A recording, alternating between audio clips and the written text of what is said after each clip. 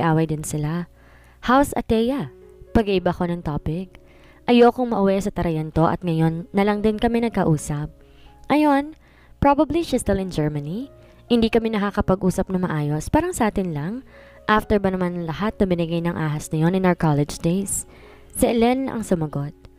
Do not judge Rian that easily, Elena. Hindi mo pa nga nalalaman ang side niya that time. No, I know what kind of woman she is. Huwag mo na siya ipagtanggol dahil magkakatalo talaga tayo, Ella. Napabuntong hininga ko at napasulyap kay Morgan. Siya ang dakilang taga-awat sa amin, sa kanya ako maasa. Tama na nga yan, 10 years ago na yung issue, huwag na natin balikan. Pagkapasok ko doon, poker face na mukha na Rian ang sumalubong sa akin. Nginitian ko siya. Ba't ngayon ka lang? Ang tagal mong late? May nakasalubong lang. Sino? Nagangat ako ng tingin. Ellen and Igan. Natahimik siya saglit at tinuro ang pagkain. Kumain na muna tayo. Kanina pa ako gutom. Tagal mo kasi. Anong sinabi nila sa'yo? Maya-may tanong niya. Narinig ko muna ang inunguya ko at sumagot. Kamustahan lang. Matagal na rin kasi. Ba't nga pa hindi pa rin kayo nagkakaayos? Elena is really mad until now. Pero kung malalaman siguro niyang side mo that time, maintindihan ka nila. Lalo na ni Atea. What's the use? Hindi naman niya ako pinaniniwalaan. Lalo na si Elena. Si Elena masyado mapagpanggap. Bukod pa doon, backstabber din siya. Ano yung nangiti na mapait? May problema ka ba, Rian? What do you mean? Parang iba ka kasi nitong mga nakarang araw. Wala naman akong problema. Nginitian niya ako. But you, di ba ikaw meron? Dapat sa'yo munang problemahin natin. Mamaya nang yung usapan niyan, ikaw munang unahin natin.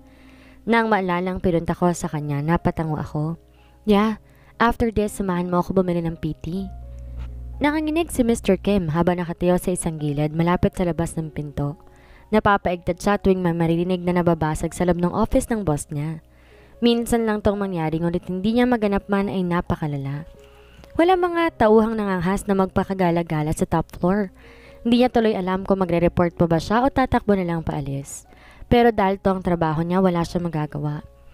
Pinagpapawisan siya na malamig, dahan-dahang kumatok sa pinto. Boss? Natigil ang ingay sa loob kaya't pinuksan na ni Mr. Kim ang pinto. Pagkaraan ng ilang minuto, pumasok na may pag-iingat. Makalat ang loob ng opisina ng mabungaran niya. Lumipat ang tingin niya sa amo na nasa desk. Hindi na lang niya pinansin.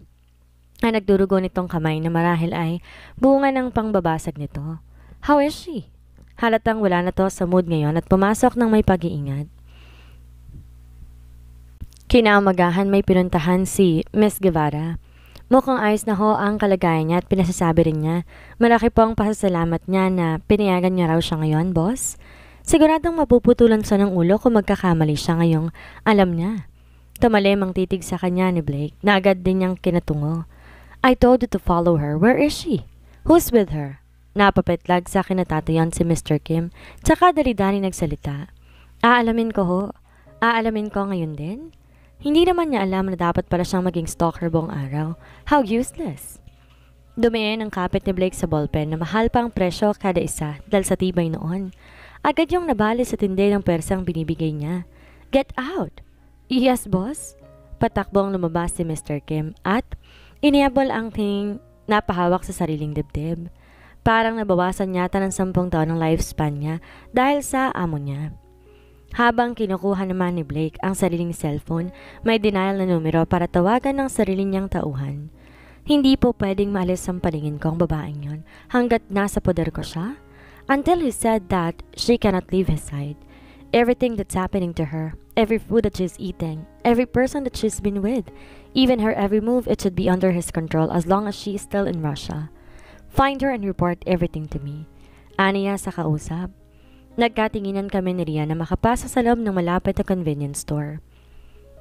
Nasa harapan na kami ng stool kung saan nakalagay ang mga aids and other medical stuff. Medyo konti na lang din ang laman ng convenience store. Hindi siguro patok. Isa na lang? Ani ako na makita ko yon doon. Okay lang yan. 100% sure naman yan eh. Sige, kunin mo na. Lah, ba't ako? Ako na nga bang magte-test? Napaingos ako at saka natawa na mahina. Teka, bakit ba parang hiyang-hiya ito? Mukha ba tayong teenager? Ikaw lang naman eh. Para matapos ang lahat, kinuha ko yon at agad na dinala sa counter. Buti at kami na lamang ang tao doon. Pagkalapag ko ron sa counter, agad na napasilip sa akin ng babaeng nandoon, tsaka bahagyang napailing. Dinig ko ang bulong niya and I can hardly translate as, mga kabataan nga naman. Mababasa rin niya ang disappointment sa mga mata ng babae. Kaya na makuha ko yun, agad kong nagsalita at tinuro ang sarili ko. I am already an adult for your information. Kinurot ako ni Rian saka hinila palabas kaya't sinaman ko siya ng tingin. What? Gaga ka talaga? Di naman ako ganun kaliit para mapagkamalang bata. Ang tangkad ko kaya. Tinawanan niya lamang ako at saka muling bumalik sa restaurant na binasukan namin kanina. Dumiretso kami sa comfort room doon. Iniwan ko si Rian sa sink at saka pumasok sa isa sa mga cubicle. Kumakabog ang dibdib ko dahil sa kaba at sa nerbiyos.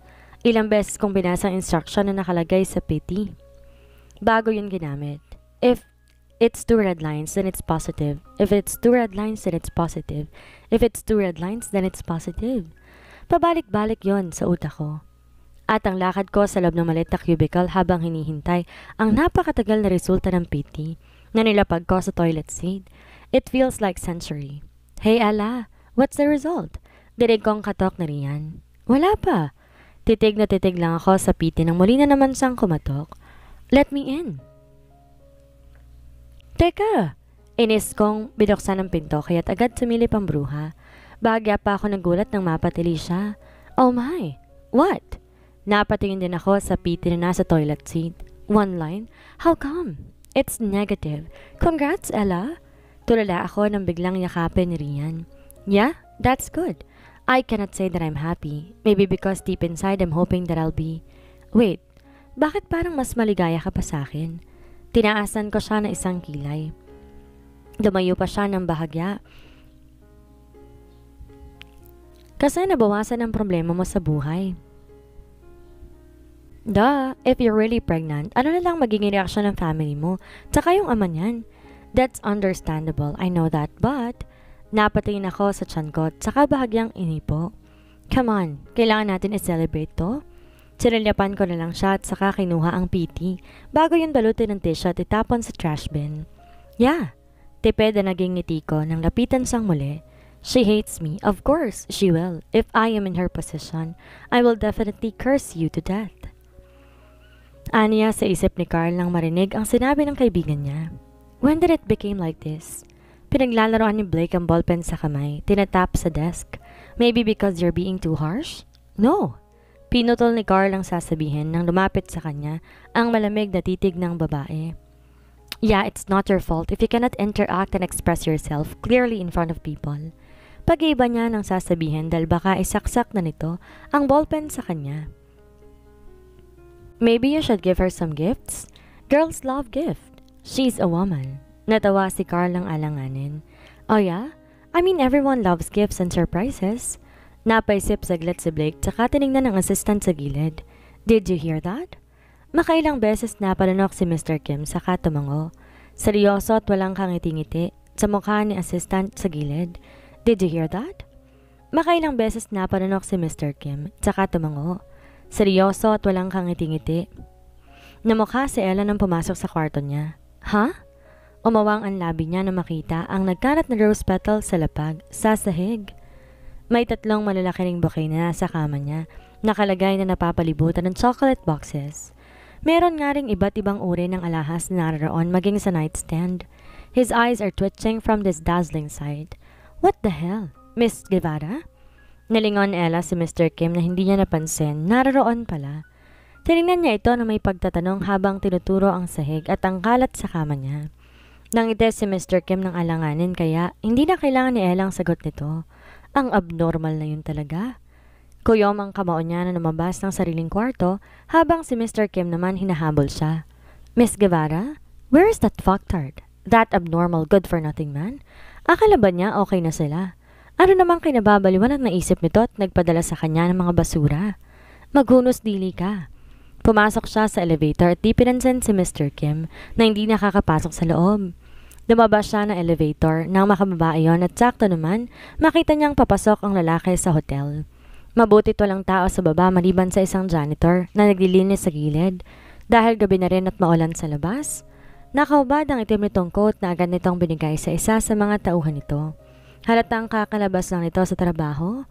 Ano na namang pakuluyan, Mr. Monreal? Mariing aniya na medyo hininaan ng boses. Lumapit sa kanya si Blake at tiningala niya ito. What? You also hate it? Hate it? Yes. Sino bang matutuwang pagod kang umuwi at bigla para lamang nabubungaran ng kwarto mo na puno ng basura? Di niya alam kung saan nanggagaling ang inis at galit niya pero gusto niyang mailabas ni Ella. Nagsalubong ang makakapal na kilay ni Blake nang napansin ni Ella pero wala siyang pake. Kung bad mo nito, mas bad mo din siya. Mr. Kim? May otoridad ang boses nito nang lumapit ang tingin kay Mr. Kim na naghahabol ng hininga dahil sa pagtakbo. Maabutan lamang si Ella.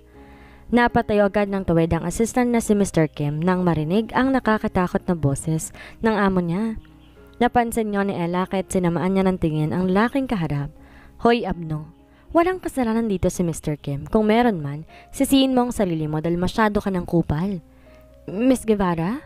Nahihintakutang napumalagat si Mr. Kim kay Ella. Abno? Kupal? Buwaba ang pagkakangilabot na tingin ni Blake kay Ella. How come a kid like you can learn and speak these vulgar words? Kid? Tumaas ang sulok ng labi ni Ella. Then I am that kind. That kid that you fought one day ago? Dumilim ang mata ni Blake pero hindi pa rin nagpatinag si Ella. Miss Guevara looks tired. Send her to her room. Anito na sinanyasan si Mr. Kim, maging ang mga tauhan nitong nakasuit na agad pumasok at lumapit. No, get those things first out of my room. Agad lumapit si Mr. Kim at tinalo si Ella. We will help, miss. Umakit na muna ako sa taas at magpahinga. Another so-called peace offering na naman ba to, Mr. Montreal? Tapos anong sunod? Sa kama na naman ba? Nanguuyam na aniya. Pinagpapawisan na naman na malamig si Mr. Kim na makitang mas madilim na aurang lumalabas sa boss niya. Mamamatay siya na maaga kung palaging ganitong tagpo ang mararanasan niya. Iniwasan ni Ella ang kamay ng isang babae na balak siyang akayin at alalayan, tsaka lumapit kay Blake. Mind your manners, Miss Guevara. Manners? Ikaw? Alam mo pala yun? Uuratin pa sana niyang lalaki ng bigla, kumulog ng malakas at kasunod nun ang pagkawala ng ilaw sa lobby na kinakiliti niya. She hates thunder the most. Nahawakan at niyakap niya ang pinakamalapit na bagay sa harap para kumuha ng suporta. Ramdam niyang bahagyang nanigasan na kayakap niyang tao bago naramdaman ang pagkakayakap na isang braso nito sa likuran niya. Madalas sa naging pagbuhos ng ulan sa labas. Panay nga rin ang pagkulog at kidlat na kinagugulat ni Ella na ramdam ni Blake. Nasa braso niya ang dalaga na bahagyang nanginginig. Nakikita niya rin ang pikit at takot itong itsura sa tuwing kumikidlat na nagbibigay liwanag sa kanya ng panandalian. Scared of the thunder but not me? What a joke! Bahagya siyang napailing nang maalalang sagutan ito sa kanya. How dare her she disrespect me? Hindi ba niya naalala ng pag-asa ngayon ng buong pamilya nila? But having her in her arms like this, trembling like a scaredy kitten, is not that bad at all. Humigpit ang yakap sa braso niya nang maramdaman si Ella. Bahagya pang nawala ang takot niya, kaya naman medyo tahimik at bumalik na ang senses niya. Amoy na amoy niya ang normal na bango ng lalaki at sinamahan pa ng pabango nito. Bahagya siyang namula. Lol, sino ba namang hindi? Boss, what happened? Dinig ni Ella ang malalim na boses nito na nagva-vibrate sa tenga niya dahil hanggang ngayon nanginginig pa rin siya at nakasandal pa rin sa lalaki. Di siya makatayo dahil sa panghihina ng tuhod bukod sa madilim. I'm so sorry, sir. It seems that we got a problem about our power. We got it fixed immediately. Medyo English barok pa siya na aniya ng isang boses. Mukhang siyang receptionist at nakausap ni na Ella nang una sila na nakapasok sa nasabing hotel.